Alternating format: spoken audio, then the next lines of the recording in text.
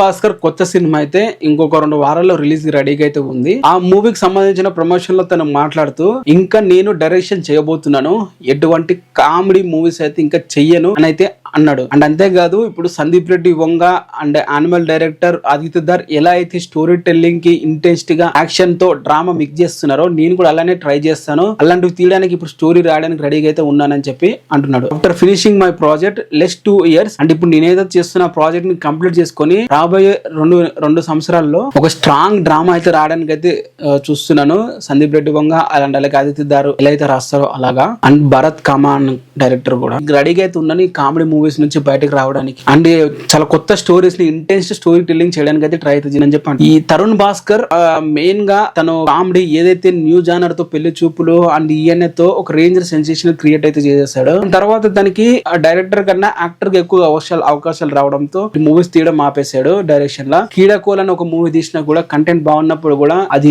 ఎక్కువ మంది ఆడియన్స్ కి రీచ్ అవ్వలేదు, ఎందుకంటే అది కూడా కామెడీ జోన్ కామెడీ వైబ్ లో ఉండడం వల్ల యూత్ కి టార్గెట్ చేయడం వల్ల ఆడలేదు. సో యూత్ ని టార్గెట్ చేస్తే అటు ఫ్యామిలీ ఆడియన్స్ ని అండ్ ప్రతి ఒక్కరిని టార్గెట్ చేసే విధంగా స్టోరీ టెల్లింగ్ ఉంటే మాత్రం ఓపెనింగ్ సదురుతాయి.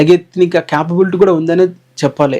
సందీప్ రెడ్డి వంగకు ఉన్నట్లు తినుకు కూడా ఉంది, ఎందుకంటే సెన్సిబుల్ డైరెక్టర్ వీళ్ళందరూ. అతని ఆ డ్రామాని ఆ క్యారెక్టర్ ని ఏదైతే ఇప్పుడు ఏది జరగాలో ఏది ఉంటే బాగుంటుంది అదే విధంగా ఉంటుంది తప్ప ఏదో అక్కడికి కొత్తగా ఏదో సృష్టించి పెట్టేయాలి అన్నట్లయితే ఆలోచించరు. అతను అనుసరిస్తూ వెళ్తుంటారు కాబట్టి వీళ్ళు మంచి డైరెక్టర్లు. మరి తరుణ్ భాస్కర్ ప్రూవ్ చేసుకుంటారు లేదనేది చూడాలి.